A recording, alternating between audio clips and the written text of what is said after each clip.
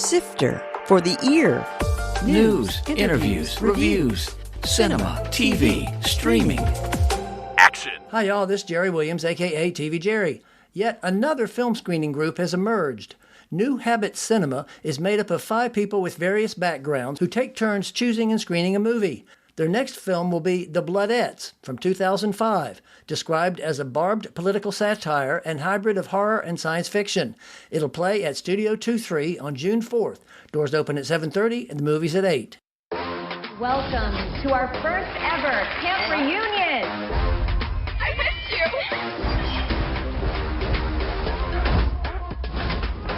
you. Wow. This is incredible.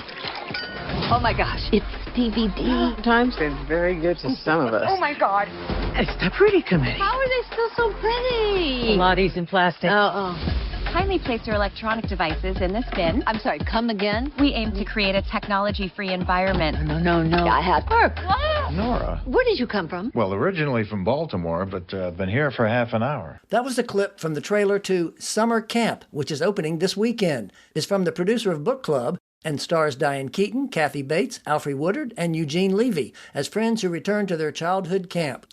Today's guest is Paul Serwitz, who made his career as a film buyer and distributor, including many years at neighborhood theaters here in Richmond, then vice president of film for Regal Cinemas, and most recently president and COO of Landmark Theatres. He's now consulting as a distributor on Summer Camp, but he's got lots of interesting insight into the biz of buying and distributing films. Sifter Review of the Week. Atlas on Netflix. The first artificial intelligence terrorist, played by Simu Liu, determines that the only way to save the Earth is to destroy humanity. After his army kills millions, he escapes to an unknown planet, and it's up to a crew, led by Sterling K. Brown, to bring him back. They begrudgingly take an AI expert along, Jennifer Lopez. Thus begins the journey and the subsequent conflict, much of which takes place in her giant armed suit weapon, run by a friendly AI. The plot and dialogue are traditional, but it's the futuristic tech that's the movie's best feature. The combats are well staged, especially the wild space fight. Lopez gets to cope with emotional issues in an attempt to add a personal angle, but it's her tough side that works best. Most everything about this film has been done before, but the action keeps it moving and the futuristic visuals are original and cool. I gave Atlas 4 out of 5 stars. Paul Serwitz, how did you get into movies in the first place? Were you just one of those kids that's always going to the movies? Well, I did. I loved movies as a kid and went a lot growing up, but getting into the theatrical industry started in college when I needed a part-time job my second year, having not made the housing lottery at Virginia Tech, and I needed a job, and I knew several people that worked at one of the local theaters. They needed a manager operator. I'd never set foot in a projection booth, but I got hired, got trained, and I spent a year and a half working there. How did you end up at Neighborhood after that? Footnote. Neighborhood Cinemas was established in 1926 with the Capitol Theater, which used to be across the street from the Science Museum, and it grew to become the largest chain in the area until it was sold to Regal Cinemas in 1995.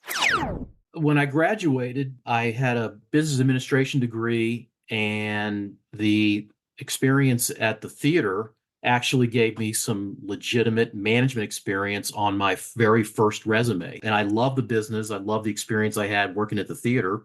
So it just all made sense to me to look into getting into the theater industry. So I started applying for management positions with various theater circuits. And I wound up, partly through a family connection, getting in with Neighborhood Theaters in Richmond, which was family owned at the time. And one of the minority owners of the company was a former high school friend of my mom's. And in addition to that, the gentleman that handled all of Neighborhood's insurance needs was a very close friend of the family. So that sort of got me in the door to that particular theater chain, and I wound up landing a job with them. And what'd you do first? So I floated around to all the various neighborhood theaters in the Richmond market. I worked at the Willow Lawn, I worked at the West Hampton, I worked at the Westover, I worked at the Ridge, the Capitol, all these theaters, until eventually getting a permanent spot as an assistant manager at the Ridge Cinema, which was Neighborhood's flagship theater in those days. I don't know if I ever told you this, that right out of college, I applied at Neighborhood Theaters to be a manager and and didn't get the job. And actually, a few years later, I realized that's probably for the better because, when you go into wanting to be a theater manager, you think, ooh, I get to book the movies and I get to have all this glamour. Basically, you're just running the concession stand and all the ushers. You don't really get to do much with the booking. Correct. So luckily, I didn't lock myself into that. But you were in the cool side because you were working, booking and those sort of things. So how did that start? How did they say, hey, would you like to start helping us book things? I had kind of done the research prior to ever even reaching out to theater chains to determine what it is I wanted to get into. It wasn't theater management per se. That was just an in because of the experience I had in college. But after talking to a few people that were in the industry that I knew and learning about the different components of the industry, it was clear to me in a hurry that what I wanted to be involved in was film booking and buying. And eventually, in early 1984, when Neighborhood was looking to expand its film department a little bit and bring in some new blood, some youth, I got the opportunity to return to Richmond from where I was at that point in Charlottesville, Virginia. And I moved into the Neighborhood corporate offices in downtown Richmond and started what turned out to be almost my entire career in film. Before we go further on that career, I want to ask you, you say buying. What's the difference between booking a film and buying a film? Because you're not actually buying those films when you book them in the theaters. Technically, film booking refers to the process of actually booking movies into theaters with the film distributors. Right. Film buying is a term that refers to the process that includes film booking, but also involves negotiating the terms, the cost of the film that an exhibitor, a movie theater, pays back to the studios the right to be licensed to play those movies. So, and obviously, as we know, that can sometimes be an enormous amount depending on the popularity of the movie. And it goes down every week, doesn't it? I mean, you start negotiating one rate. Back in the early, it's an obsolete system now, but in the first half of my career, the way film rental worked, which is that portion of the box office that a movie theater operator pays back to the studio in the form of film rental, it used to be a sliding scale. So you would pay a percentage of the box office, let's call it 60 or 70% of the box office the first week, and then it would drop 10% every week or some combination. Right. But in today's market, and for the last probably close to 2 decades, the way film rental now works for the most part is that it's an aggregate percentage of box office. So let's just say, for the sake of argument, the film rental is 50%.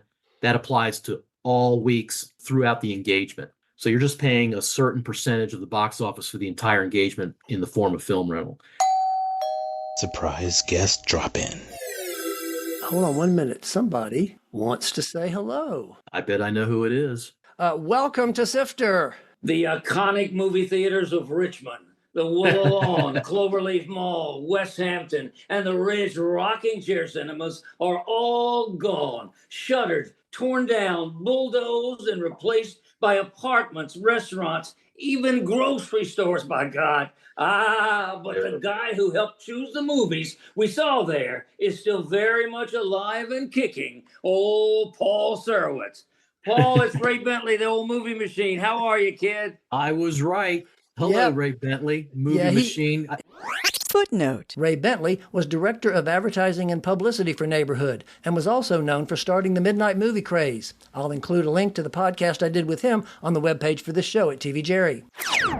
You have to know that I still have in my many bins of movie swag and collectibles the original Midnight Movie Machine jacket. Wow. Oh, how about that? Black and yellow.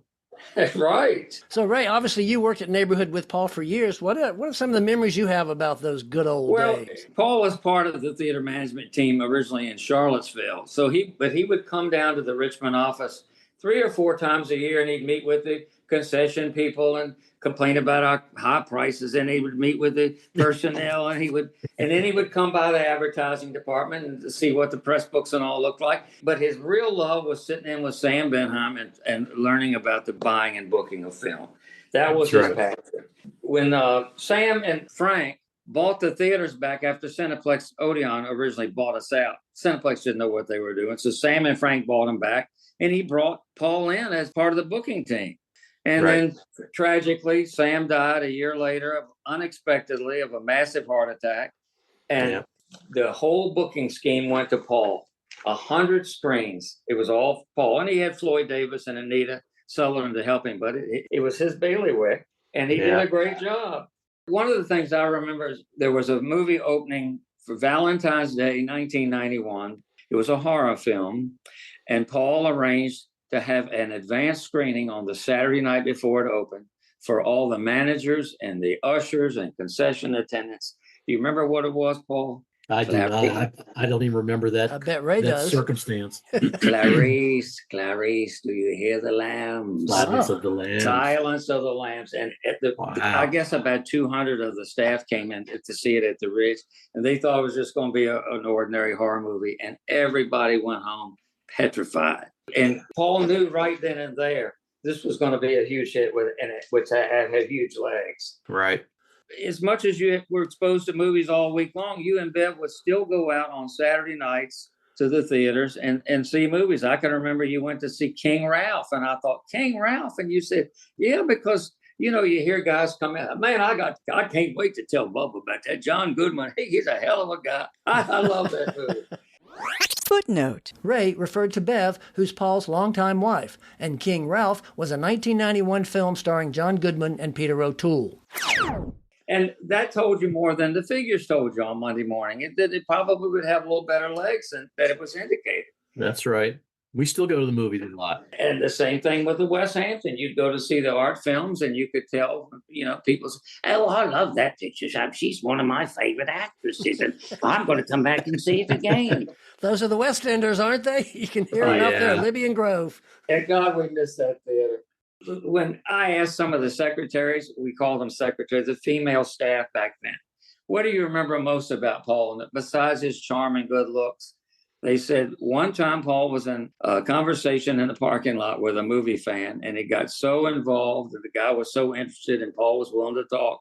They talked and talked, and Paul had his briefcase on top of his car, and he didn't notice. And when he drove off, he got down the street and at the light, and the damn thing fell off his car and busted open.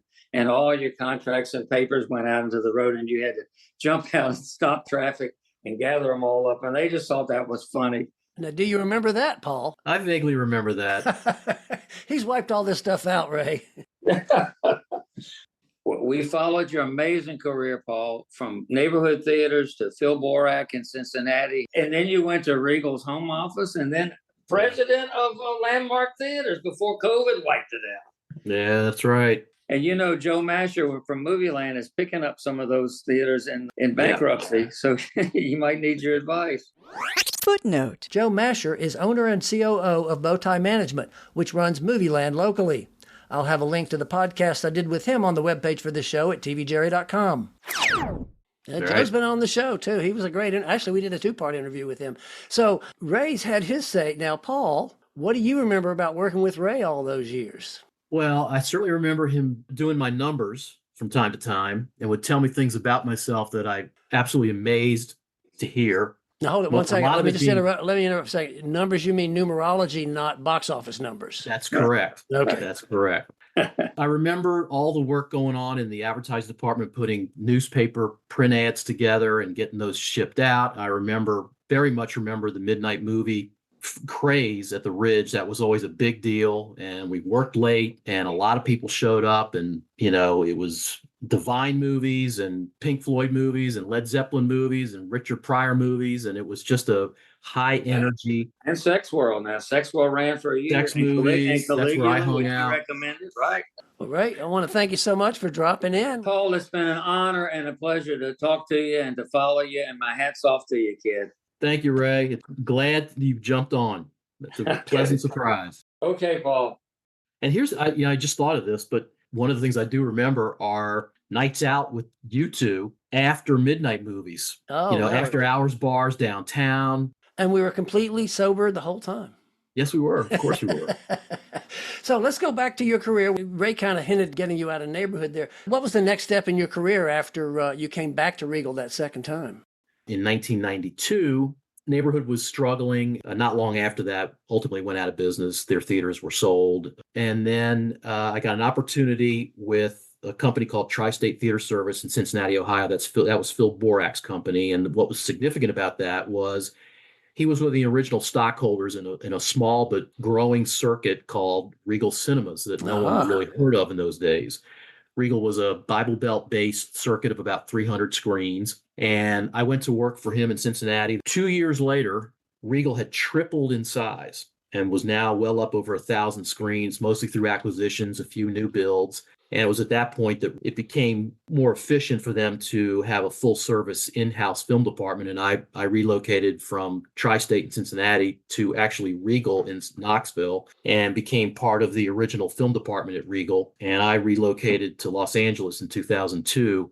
And at that point, Regal was the biggest theater circuit in the country and the biggest theater circuit in the world. And I spent the rest of my 16 or 17 years with Regal here in Los Angeles until 2018, when Cineworld out of the UK acquired Regal and closed the LA film office at the end of 2018, which is when I left Regal. So I had 25 years in with Regal, including the 2 years at Tri-State. And that was the bulk of my career, was really with Regal. What is there about booking and buying films that people would be surprised that that's an issue that you have to think about? Obviously, does it have a star? Does it have potential? The box office, that kind of thing. But what is something that people would never know that is part of the thing you have to figure into it when you're booking or buying or planning? Most people don't really understand how movies get to theaters. They assume theaters just pick whatever movies they want to play and play them. And it's really not that simple. It's an ongoing and often intense negotiation with the studios who own the movies. The studios license the movies to theater operators to play. Right.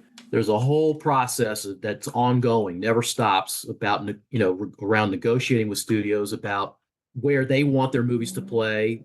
And as a film buyer and an operator of a theater circuit, what movies you want to play.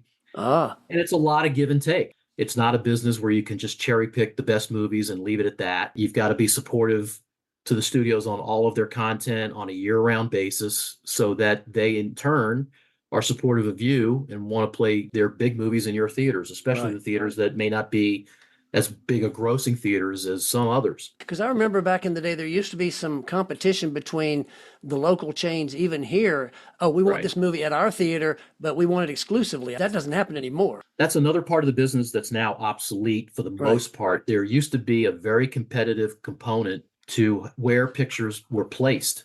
Because there's a finite audience of moviegoers in any particular city or market or town, studios would limit the number of runs, the number of engagements of a movie that would play. They wouldn't play at a movie theater, that are across the street from one another. Sure. To try to drive business into one location.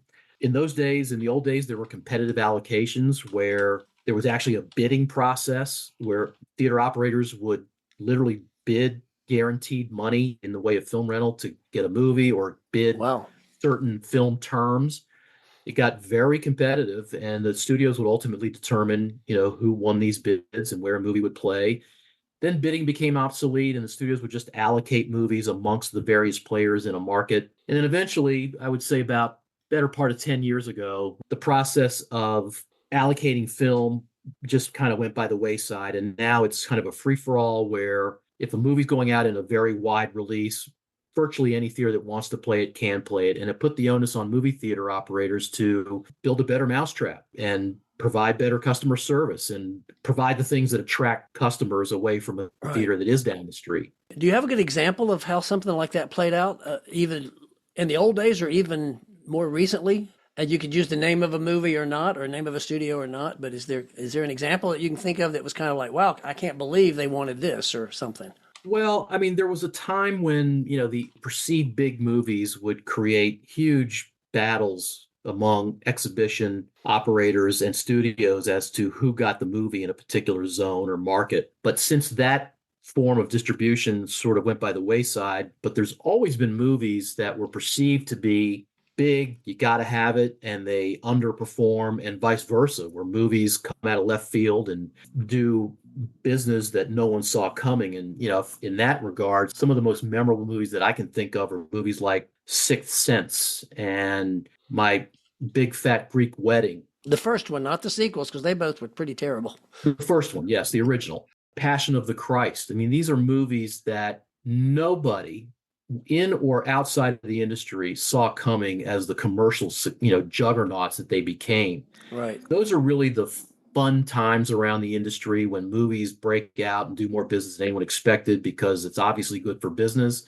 It creates a lot of buzz. It creates a lot of momentum. It helps other movies because movie-going begets movie-going. Now, once Regal went away and you went over to Landmark Theatres, but something came up in the middle of that experience. How did you cope with COVID? Or how did the theaters cope with COVID? I'm grateful and thankful for the opportunity at Landmark. It was a pinnacle role for me in my... Let me just interrupt. You were president and COO, by the way. I was. And it was a great opportunity with a really, truly unique theater circuit, the only of its kind. It's the only national theater circuit that has always been devoted primarily to art house film, independent film, foreign language documentaries, et cetera, which was something I've always enjoyed. First 4.5 months of that gig were terrific, and I was really jazzed about where it was going and what this opportunity was going to be like. And then COVID settled in at that point in mid-March of 2020 and just, of course, wrecked everything. It shut down the industry.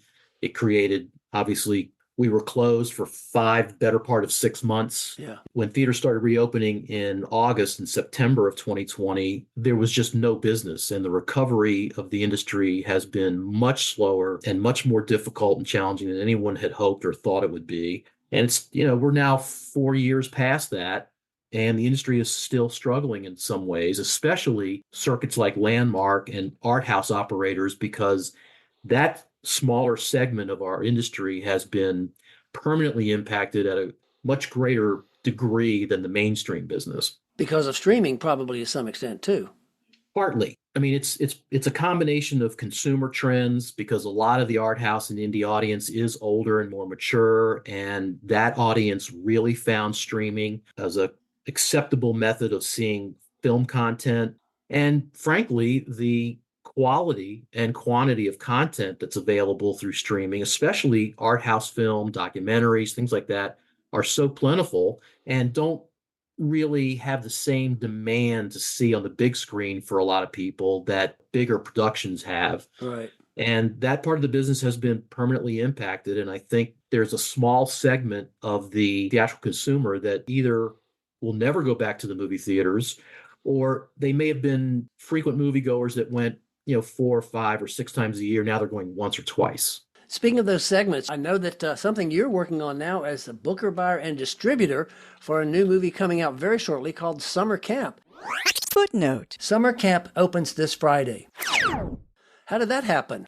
It's a consulting gig with an indie distributor called Roadside Attractions. They've been around for a long time. They're a successful, well thought of and respected distributor. They acquired Summer Camp for release on 5/31 and needed some help releasing it with the flow of film that they currently have this spring and summer. So they brought me on to help release it, which I'm handling. The target demo is mature adults, especially female. Right. It's a light comedy with some heart. Going to be in somewhere between 12 and 1,400 theaters nationally, which is considered semi-wide in our business. And I'm actually going to be staying on with Roadside after summer camp on a more full-time consultancy, which is new news. So that's good. That was Paul Serwitz, who's made his career as a film buyer and distributor, including neighborhood theaters for years before he went on to become vice president of film for Regal Cinemas and most recently president and COO of Landmark Theatres. He's now consulting as a distributor on Summer Camp, which opens this weekend. However, we're not done with Paul. In part 2, he'll talk about everything from superhero movies to attending the Oscars. Coming soon. In theaters. Summer Camp. As I mentioned earlier in the show, Summer Camp stars Diane Keaton, Kathy Bates, Alfre Woodard, and Eugene Levy as friends who return to their childhood camp. Ezra. Bobby Cannavale stars as a struggling comic who gets the chance of a lifetime, but it involves taking his autistic son on the trip with him. It's directed by Tony Goldwyn and also starring Robert De Niro, Vera Farmiga, and Rose Byrne, who's also Cannavale's real-life wife. In A Violent Nature, this looks like a classic slasher film with gruesome kills. The Dead Don't Hurt. Viggo Mortensen wrote, directed, and stars as a cowboy on the way out west who meets a woman and then is called upon to fight in the Civil War. What You Wish For. Nick Stahl plays a chef whose career isn't going well and has a gambling problem, so he heads to Latin America where he assumes another man's identity. TV and streaming. Eric on Netflix. Benedict Cumberbatch plays a puppeteer whose son goes missing. he finds solace through his friendship with Eric, the monster that lives under Edgar's bed.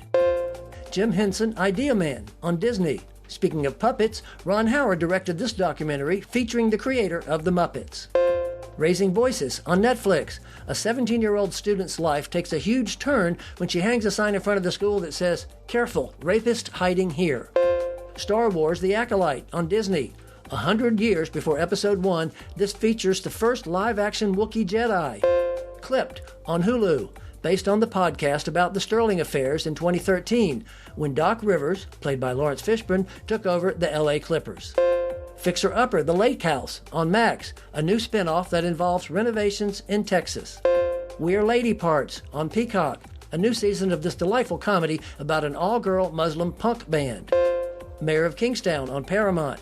Jeremy Renner is back after his accident for the new season of this show that was created by Taylor Sheridan. If you listen this long, you get to hear a special surprise. I'll be back with Paul Serwitz in a week or two, but I'm putting him in a holding pattern because I have the privilege of featuring Bailey Sheets next week. He's one of the smart aleck kids in the new Jerry Seinfeld Netflix hit, Unfrosted.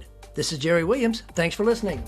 For more Sister, including literally thousands of reviews, visit tvjerry.com. That's a wrap.